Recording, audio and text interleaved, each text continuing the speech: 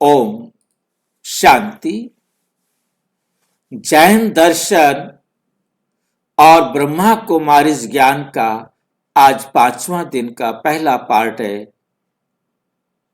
विषय है तपस्या बनाम राजयोग। जैन धर्म के अनुसार तपस्या को महत्व दिया जाता है, ब्रह्मा कुमारी के अनुसार राजयोग। तो आज राजयोग और तपस्या, इसके अंदर क्या समानता है, क्या अंतर है, क्या महत्व रखता है, आज हम इन दोनों की तुलना करेंगे और ये दोनों हमारे जीवन को श्रेष्ठ बनाने में कैसे सहयोग देते हैं, ये भी हम आज अच्छी तरह जानेंगे। डिस्क्लेमर है, ये वीडियो प्रजापिता ब्रह्मा कुमारी ईश्वरीय विश्वविद्यालय की आध्यात्मिक शिक्षाओं पर आधारित है। इसका उद्देश्य जैन धर्म,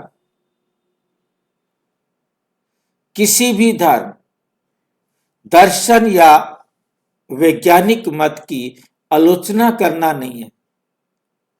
ये प्रस्तुति केवल आत्मचिंतन, आध्यात्मिक अध्ययन और जीवन को समझने के उद्देश्य से है। दर्शक इसे आध्यात्मिक दृष्टिकोण से ग्रहण करें। तपस्या बनाम राजयोग। जैन तप और बीके राजयोग में समानता व अंतर। तपस्या बनाम राजयोग का मतलब क्या है? जैन दर्शन के अनुसार तपस्या और ब्रह्मा कुमारी के अनुसार राजयोग, इन दोनों में क्या समानता है, क्या अंतर है? आत्म शुद्धि का सही मार्ग। आत्मा को शुद्ध बनाने का सही रास्ता क्या है? तपस्या और राजयोग, इन दोनों में क्या समानता है और क्या अंतर है? ये प्रश्न क्यों महत्वपूर्ण है? ये प्रश्न क्यों महत्वपूर्ण है? जैन धर्म की पहचान ही तपस्या से होती है। जैन धर्म का सबसे जो इम्पोर्टेंट पार्ट है वो है तपस्या। और ब्रह्मा कुमारी ज्ञान का आधार है राजयोग।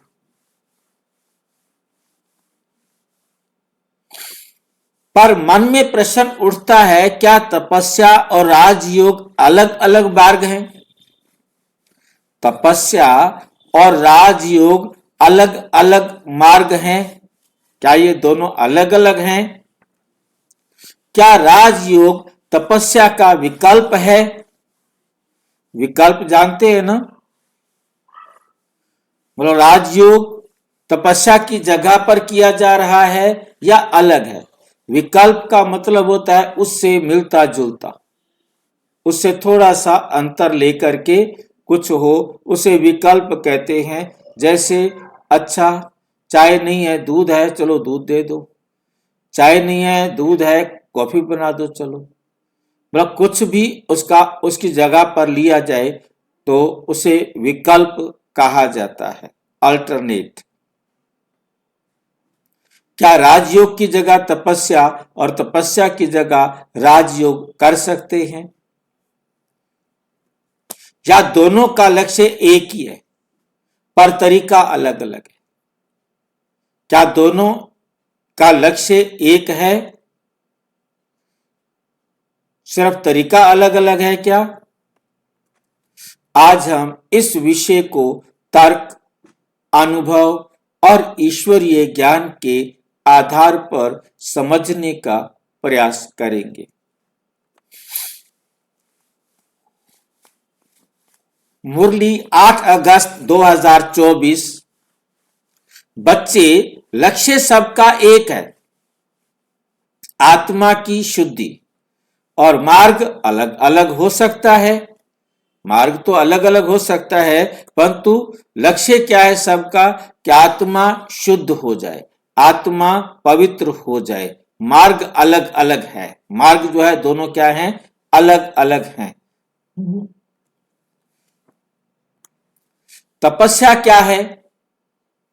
जैन दृष्टिकोण, जैन दर्शन में तपस्या का अर्थ इच्छाओं का संयम, इंद्रियों पर विजय और कर्मों की निर्जरा, तीन बातें हैं। इच्छाओं का संयम मतलब इच्छाओं को नियंत्रित करना, अपनी कर्म इंद्रियों पर विजय पाना और कर्मों की निर्जरा, अपने जो कर्म किए हुए हैं उन कर्मों को निर्जरा करना, खत्म करना, क्षय करना। हमारा कोई कार्मिक अकाउंट ही ना रहे किसी के साथ, तो उन कर्मों को हमें क्या करना है, ऐसे कर्म करने हैं जो हमारे कर्म क्षय हो जाए, खर्च हो जाए, तभी मुक्ति मिलेगी। मेरा कोई कर्म नहीं रहा किसी भी आत्मा के साथ, कोई लेना देना नहीं है। जैन दर्शन में कर्मों की निर्जरा, जैन दर्शन के अनुसार माना जाता है कि आत्मा अनादि है, उसके साथ अनादि कर्म भी बंधे हुए हैं। आत्मा अनादि है और उसके साथ अनादि कर्म भी बंधे हुए हैं। ये कर्म आत्मा को भारी बनाते हैं। इन कर्मों के कारण आत्मा बंधन में बंध जाती है, स्वतंत्र पंछी की तरह उड़ नहीं सकती। आत्मा को क्या कर देते हैं, भारी बना देते हैं। आप उड़ना चाहे तो उड़ नहीं सकती। निर्जरा का अर्थ है उन कर्मों को आत्मा से अलग करना, ताकि आत्मा उड़ता पंछी बन जाए, हल्की हो जाए, बोझ मुक्त हो जाए, बंधन मुक्त हो जाए, ताकि आत्मा अपने शुद्ध स्वरूप में आ सके। जब उसके ऊपर कोई भी कर्मों का बंधन नहीं रहेगा, बोझा नहीं रहेगा, तो वे अपने शुद्ध स्वरूप में आ सकती है। निर्जरा के दो प्रकार हैं। जैन दर्शन में निर्जरा के दो प्रकार हैं। नंबर एक, सकाम निर्जरा। पहली सकाम निर्जरा में क्या है, जानबूझकर की गई तपस्या, उपवास, संयम, व्रत, संयम, व्रत, ये चार जो है जानबूझ करके किए जाए। शरीर और इंद्रियों पर नियंत्रण, इसमें आत्मा सचेत प्रयास करती है कि मैं क्या क्या कदम उठाऊं ताकि मैं अपने शरीर और इंद्रियों पर नियंत्रण कर सकूं। इसमें आत्मा सचेत प्रयास करती है। आत्मा जो है जागृत अवस्था में ये सब प्रयास करती है।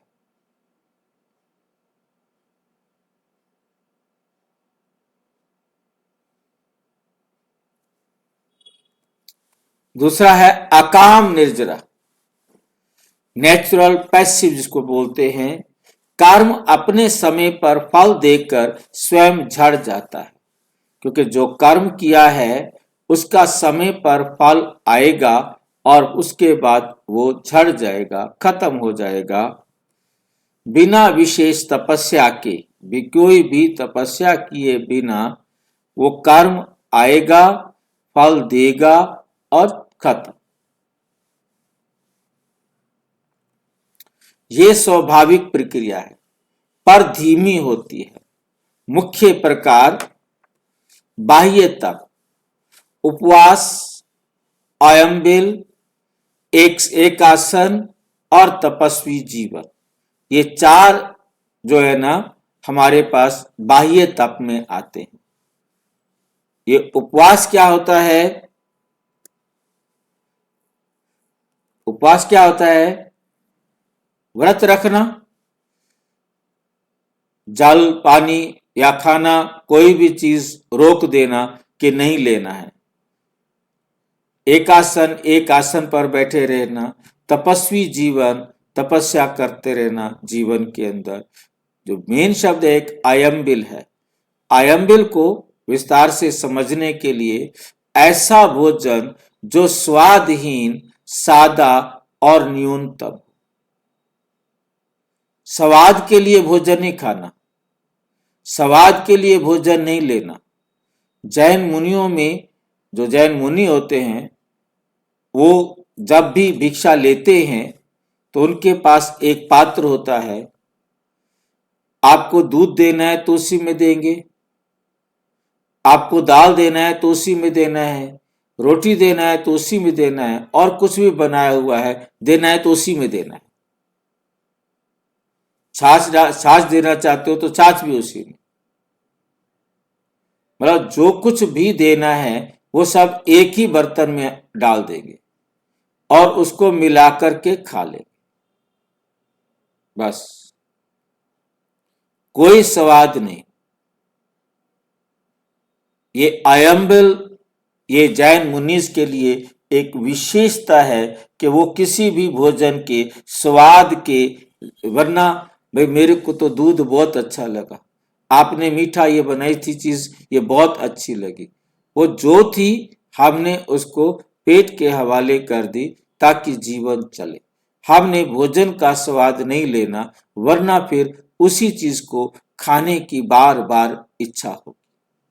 ये अयम्बिल जो है ना जैन मुनियों के लिए विशेष रूप से बहुत, मतलब स्वादहीन, ऐसा भोजन जो स्वादहीन, उसमें स्वाद नहीं ढूंढना हमने, क्योंकि अलग अलग करेंगे, मीठा हलवा बाद में खाएंगे, पहले ये खाएंगे, या पहले हलवा खाएंगे बाद में चरचरा खाएंगे, नहीं। जो भी है मीठा खट्टा जो भी दिया है, जो भी मिला है वो खाना है और उसी प्रकार से खाना है, टेस्ट नहीं लेना है, स्वाद के लिए नहीं खाना है। भाई जी बाबा क्या कहते हैं, स्वाद ले? बाबा कब कहते हैं स्वाद लो? स्वाद लोगे तो फिर फंस जाते हो ना। ये वाले पराठे तो आज जब बनाए थे ना तो घी अच्छा लगा हुआ था, मजा आ गया खाने में, फिर अगले दिन नहीं मिलेगा तो अच्छा लगेगा? ये तो फिर मिल गया, ये तो संस्कार मिल गया जैन वालों के साथ, हाँ जी। ये बात मिल गई फिर जैन वालों परंतु के साथ बाबा ये की। बात मिल तो गई, परंतु ये जैन मुनि ही पालन करते हैं, ब्रह्मा कुमारी फैमिली में कोई पालन नहीं करते। भाई जी बाबा ने कहा है खाओ पियो मौज करो, तभी तो स्वाद वाले खाने बनाते हैं।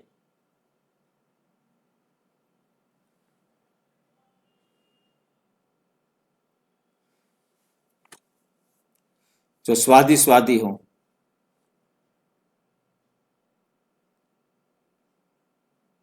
जो उनको पसंद हो, भाई बहनों को पसंद हो, ऐसे ही खाना माउंट आबू में बनाया जाता है। दादी प्रकाश मणि पूछती थी। योगी वो है जो भूख हाँ से कम खाना खाए, हाँ जी, योगी आत्मा वो है जो भूख से कम खाना खाए।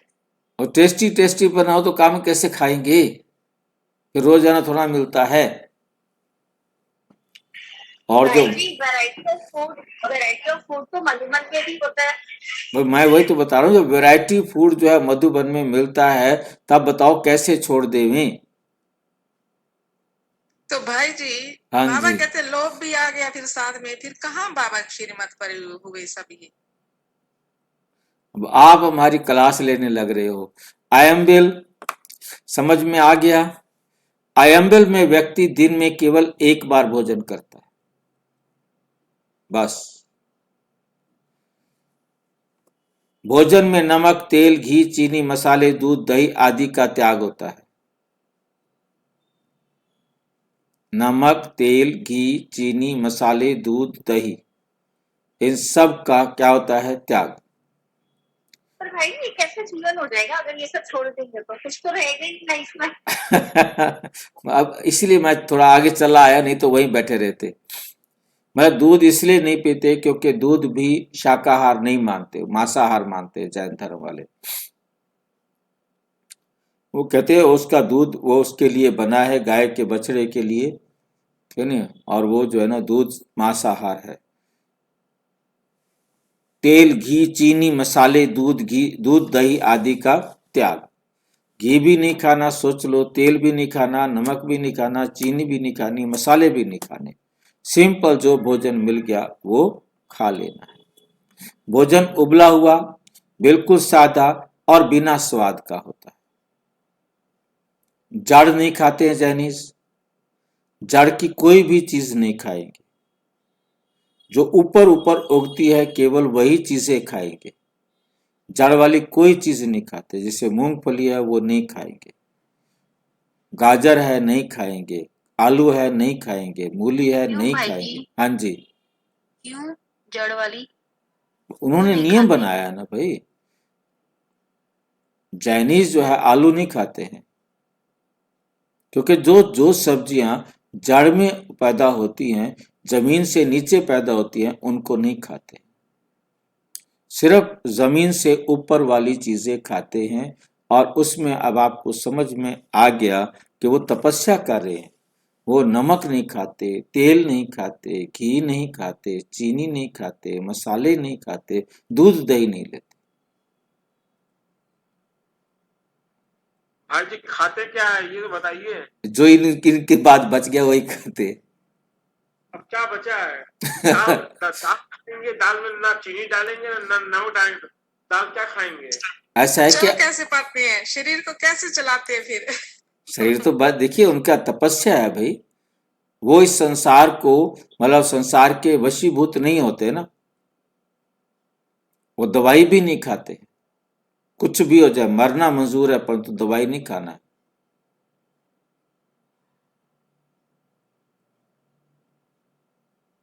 जैन भाई धर्म। जी हाँ जी, ये सब पहले होता होगा, अभी वर्तमान अभी में नहीं होता है होता भाई होगा। जी।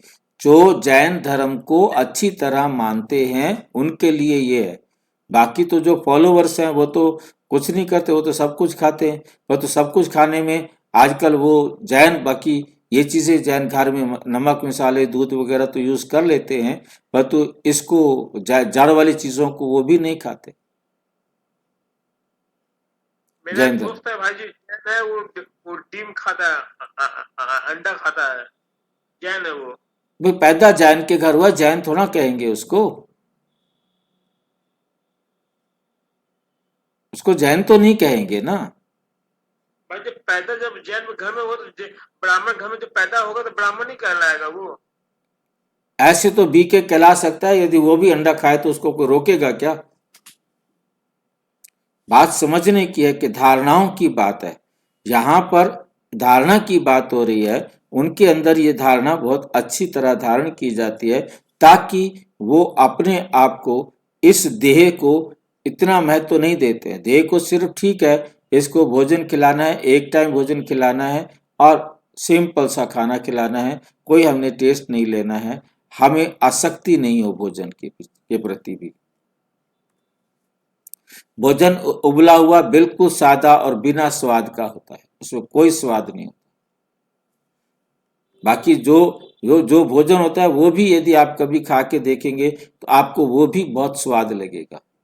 आपको कभी याद हो या ना हो, किया हो या ना किया हो, पर तो हमें अच्छी तरह अनुभव है कि यदि खाली रोटी भी मिल जाए, आप खाली रोटी, भूख लगी है, आप उसे खाली रोटी को भी चबाएंगे ना, वो इतनी टेस्ट लगती है जिसकी कोई लिमिट नहीं। बहुत मीठा लगता है भाई जी। हाँ बिल्कुल। मतलब आपको ये क्योंकि हम उस एज में बहुत छोटे थे, आप तो शायद होंगे या नहीं होंगे, मतलब जब भारत के अंदर अकाल पड़ा था, एक टाइम के लिए सबको कहा जाता था कि भाई एक टाइम, एक दिन खाना उपवास रखो। अनाज अमेरिका से भीख मांगी गई थी, और भारत में अनाज नहीं था यहाँ के लोग खाना खा सके। अनाज ही नहीं था खाने लायक, और अमेरिका से कब की भीख बात है मांगी भाई? गई। हाँ जी, कब की बात है भाई जी? ये बात होगी लगभग जो है ना 62-63 के आसपास की। अच्छा 62-63 का आसपास। हाँ, तो मतलब कहने का यह है कि उस समय मतलब वहां से अनाज आया, मांगा गया, और अमेरिका से अनाज आया था फ्री में, वहां से लाद के लाए थे और यहाँ पर सबको बांटा जाता था और कहा जाता था भी थोड़ा हिसाब से खाओ।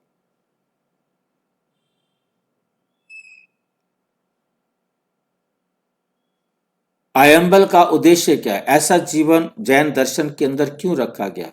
अयंबल का लक्ष्य है इंद्रियों पर विजय, स्वाद के आकर्षण से मुक्त होना।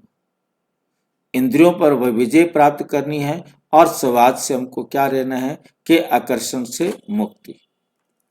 शरीर और मन का संयम, कर्मों की निर्जरा। शरीर और मन का संयम, कर्मों की निर्जरा। कर्मों को क्या करना है? हमको छोड़ना है, त्यागना है। ये तप भोजन के माध्यम से आत्मा को नियंत्रित करने की साधना है। ये तप भोजन के माध्यम से आत्मा को नियंत्रित करने की साधना है। सरल उदाहरण से समझिए। उदाहरण दवा और मिठाई। उदाहरण क्या है? दवा और मिठाई। ये दोनों नहीं खाते बिल्कुल भी। ये तप भोजन के माध्यम से आत्मा को नियंत्रित करने का साधन है। सरल उदाहरण क्या समझेंगे? दवा नहीं खानी और मिठाई नहीं खानी। मिठाई की इच्छा है, नहीं खा सकते हो, तो तप है ना। ये अपनी इच्छाओं पर नियंत्रण करते हैं ना। जब एक इच्छा पर नियंत्रण कर सकते हैं तो दूसरी इच्छा पर भी नियंत्रण कर सकेंगे।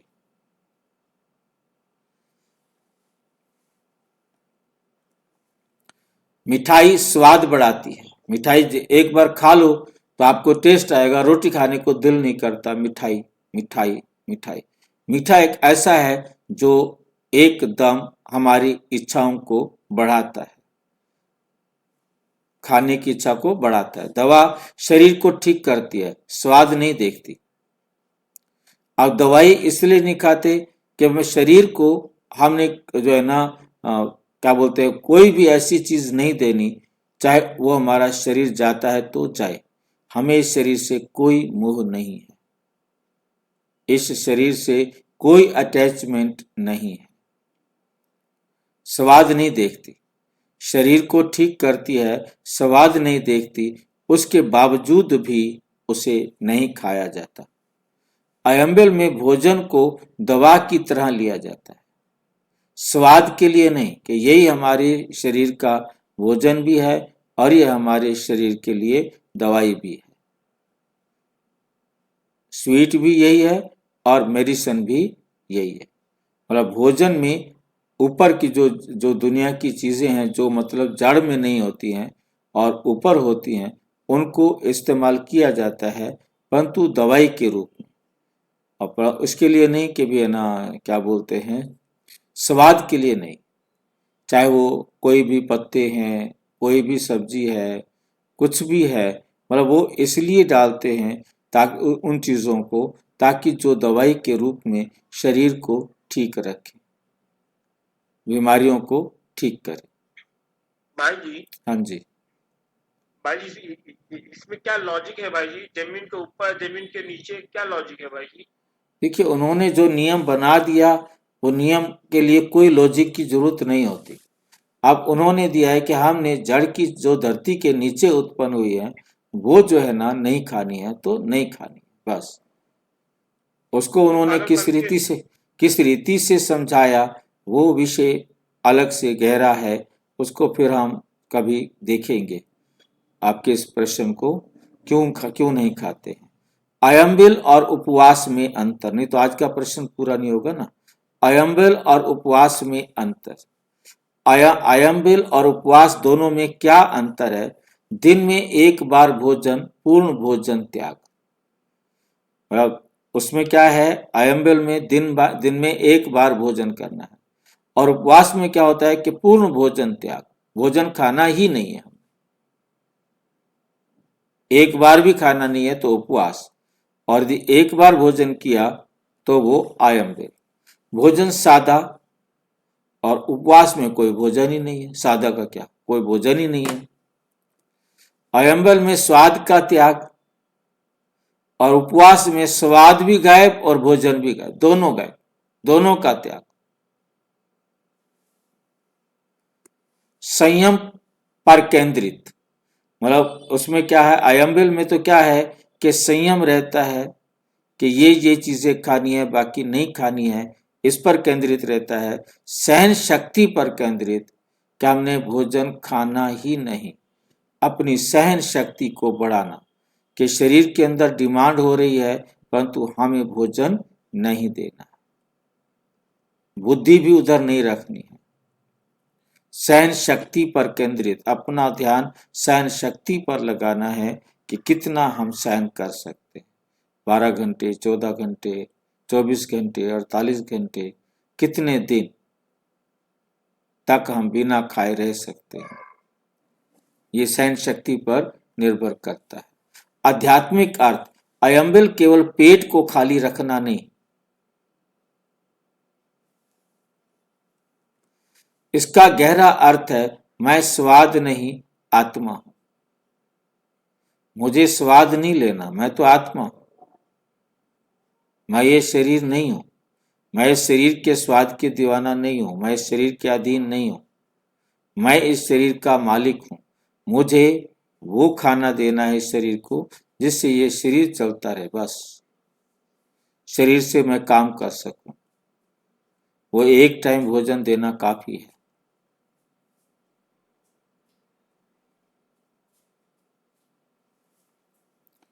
मैं स्वाद नहीं आत्मा हूं।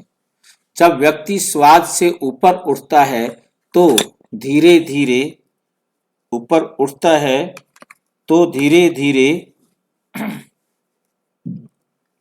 लोभ कम होता है, आसक्ति घटती है, संयम बढ़ता है। आसक्ति घटती है और संयम बढ़ जाता है, लोभ कम हो जाता है, आसक्ति नहीं रहती है और संयम बढ़ता जाता है। आंतरिक तप, क्षमा, नम्रता, वैराग्य और ध्यान, ये 4 चीजें आंतरिक तप में काम करती हैं। हम अंदर ही अंदर सबको क्षमा करते रहें, बड़े नम्रता से सबके साथ व्यवहार करें। वैराग्य और ध्यान, हमारा ध्यान जो है परमात्मा की तरफ रहे। उद्देश्य, कर्म बंधन काटना, उनका उद्देश्य है हमने कर्म बंधनों को काटना है।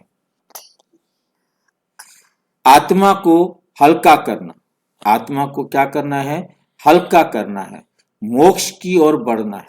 हमने आत्मा को हल्का करना है और मोक्ष की ओर बढ़ना है, क्योंकि जितना कर्म बंधन हमारे कटते जाएंगे उतना हम हल्के होते जाएंगे।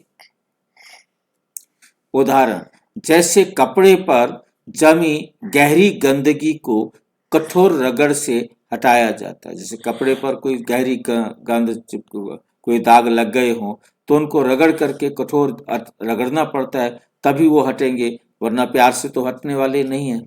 तो इसीलिए वो तपस्या को महत्व देते हैं। वैसे तपस्या कर्मों की गंदगी हटाने का प्रयास है। तपस्या क्या है, कर्मों की गंदगी हटाने का प्रयास है। राजयोग क्या है, बी के दृष्टिकोण। राजयोग का अर्थ मन और बुद्धि को परमात्मा से जोड़कर, मन और बुद्धि को परमात्मा से जोड़कर आत्मा को शुद्ध करना। मन और बुद्धि को परमात्मा से जोड़कर क्या करना है, उसको शुद्ध करना है। राजयोग में शरीर को कष्ट नहीं दिया जाता, राजयोग में शरीर को कष्ट नहीं दिया जाता। मन को परमात्मा की स्मृति में स्थिर किया जाता है। विकारों की जड़ पर कार्य किया जाता है ताकि विकार मेरे जीवन से निकल जाए। मुरली है 14 जुलाई 2024। राजयोग राजयोग है आत्मा को परमात्मा से जोड़ने की विधि। आत्मा का संबंध परमात्मा से जोड़ने की विधि है। इससे आत्मा स्वतः पवित्र बनती है। उदाहरण, जैसे बैटरी को चार्ज करने के लिए तार से जोड़ना पड़ता है, वैसे आत्मा को परमात्मा से जोड़ना ही राजयोग है। तपस्या और राजयोग में समानता।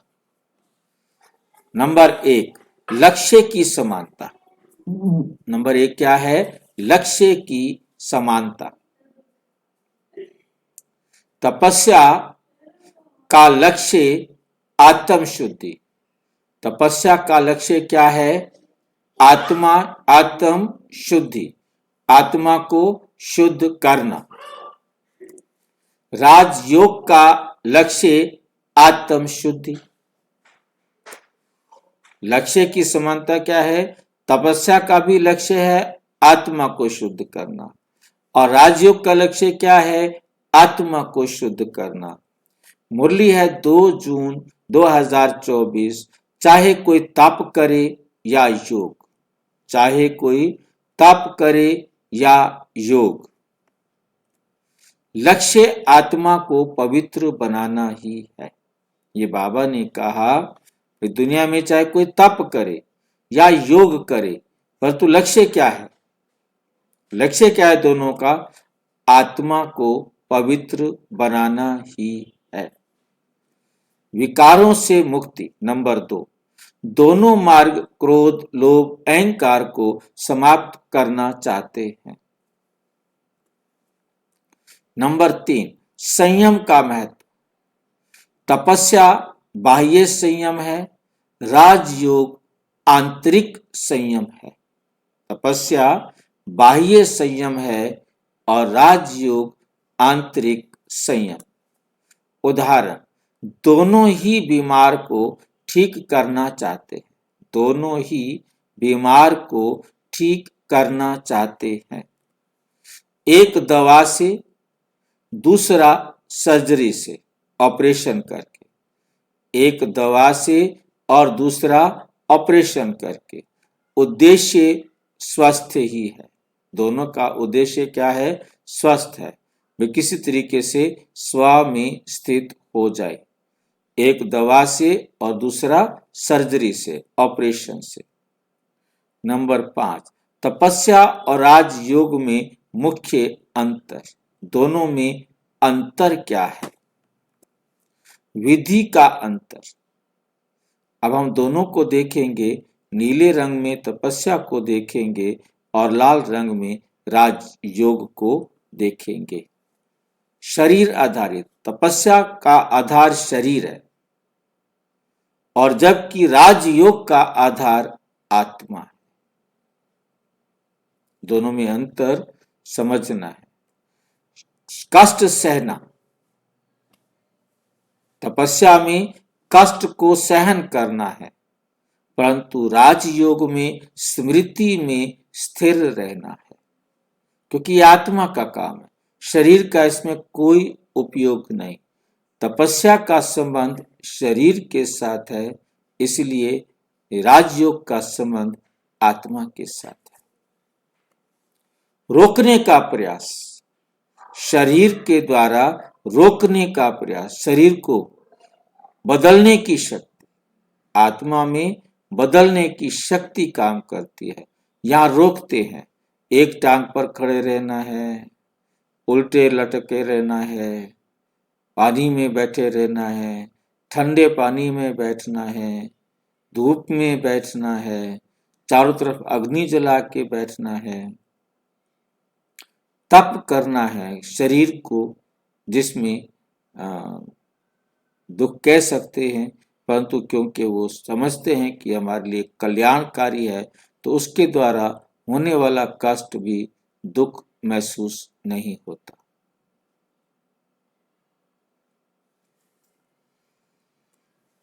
मुरली है 25 मई 2024। शरीर को कष्ट देना तप है। बाबा कहते शरीर को कष्ट देना तप है, पर आत्मा को शक्ति देना राजयोग है। 25 मई 2024 को बाबा ने कहा शरीर को कष्ट देना तप है, पर आत्मा को शक्ति देना राजयोग है। कर्मों की कटौती का तरीका, कर्मों को कैसे काटा जाए, उसकी क्या विधि है। तपस्या, कर्म जलाने का प्रयास। तपस्या में निर्जरा समझा जाता है। हम अपने कर्मों को जलाएं, नष्ट कर दे, खत्म कर दे। राजयोग, कर्मों की जड़ को ही बदल देना, कर्मों की जड़ को ही बदल देना, यह है राजयोग। उदाहरण, जैसे तपस्या खरपतवार काटना है। खरपतवार काटना कोई समझता है क्यों, क्या क्या मतलब होता है खरपतवार काटना? हाँ भाई जी, जो जो जो जंगली पौधा होता है उसको काट देना। और हाँ, जो जो खेतों में फालतू घास फूस होता जंगली जो हम खेतों में बीज बोए हैं, उन पौधों के अलावा जो अपने आप पौधे उगाते हैं, उनको काट देना। क्योंकि यदि हम उनको नहीं काटेंगे तो वो हमारी धरती की जो उपजाऊ गुण है वो खा जाएंगे और हमारी जो फसल है वो खाली हो जाएगी, नहीं मिलेगी। इसलिए अपनी धरती को उपजाऊ बनाना है और उसको कवर भी करना है। क्योंकि इस समय जो कलयुग जो चल रहा है, इस समय की अवस्था इतनी खराब है जिसको कोई भी काउंट नहीं कर सकता।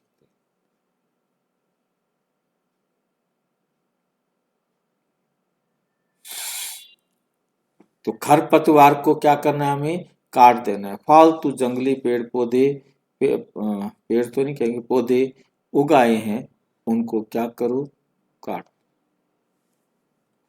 वो है राजयोग, जड़ से उखाड़ना। खरपतवार को ऊपर से काटा जाता है, उसे कहते हैं तपस्या, और उसे जड़ से उखाड़ा जाए तो उसे कहते हैं राजयोग।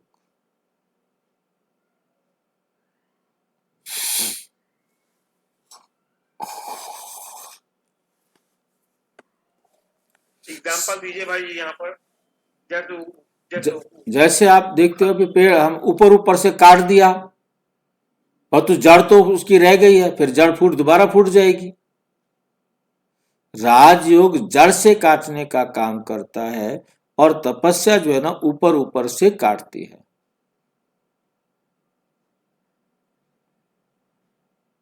जो चीज बाहर निकले उसको काट दिया, और तो जड़ तो है, जड़ से फिर फूट आएगा 2-4 दिन बाद। खुराक तो जड़ से लेनी है उसने। राजयोग जड़ से उखाड़ना। समय का अंतर, तपस्या लंबा समय, तीव्र गति है। राजयोग की स्पीड बहुत फास्ट है, फास्टेस्ट मेथड है। मुरली 30 जून 2024। संगम युग में राजयोग सबसे तीव्र पुरुषार्थ, राजयोग सबसे तीव्र पुरुषार्थ है। 6, क्या राजयोग तपस्या को नकारता है? क्या राजयोग ये कहता है कि तपस्या नहीं होनी चाहिए? नहीं, राजयोग तपस्या को नकारता नहीं,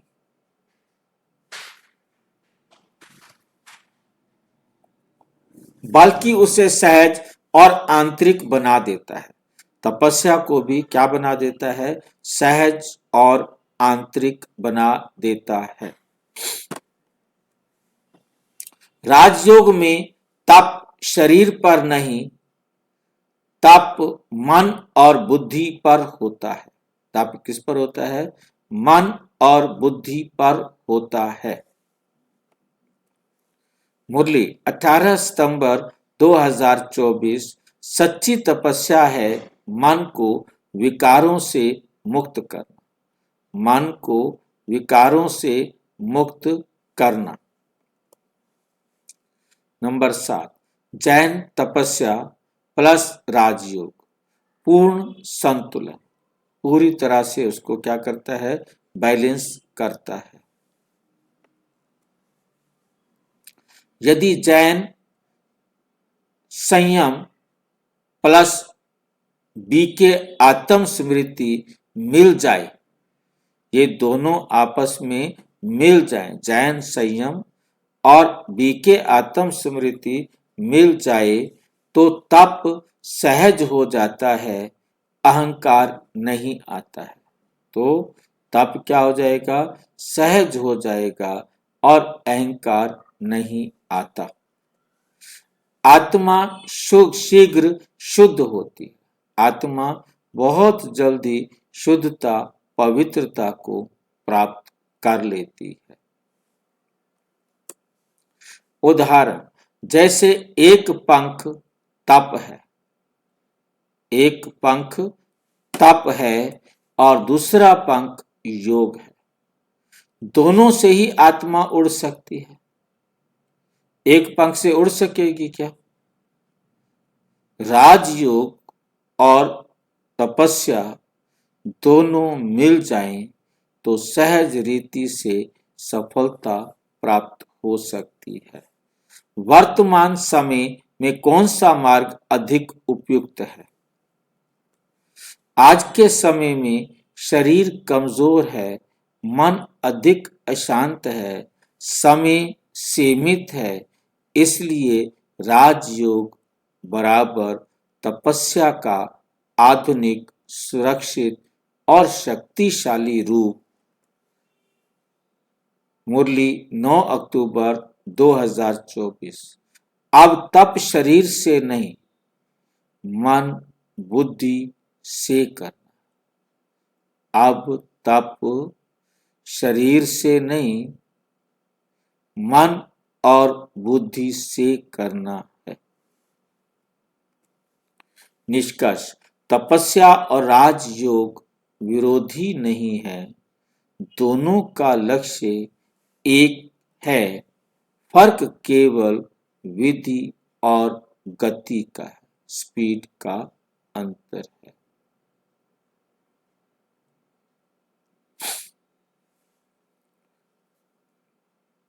फर्क केवल विधि और गति का है। तपस्या आत्म संयम की तैयारी, राजयोग आत्म परिवर्तन की शक्ति। राजयोग के द्वारा क्या आती है, आत्मा को परिवर्तन करने की शक्ति आती है।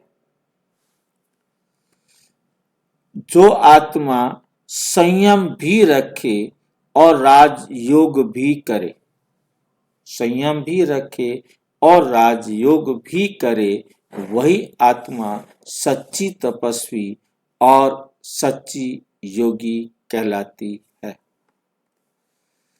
मुरली है 22 सितंबर 2024। बाबा कहते, योगी वही है जो सहज रहते हुए भी पवित्र है, सहज रहते हुए भी पवित्र है। अच्छा, ओम शांति। और विस्तार से जानने के लिए प्रजापिता ब्रह्मा कुमारी ईश्वरीय विश्वविद्यालय के किसी भी सेवा केंद्र पर संपर्क करें और यदि कोई प्रश्न है तो 9213106986 पर केवल टेलीग्राम करें, 9650692270 पर केवल व्हाट्सएप करें, फोन नहीं। ओम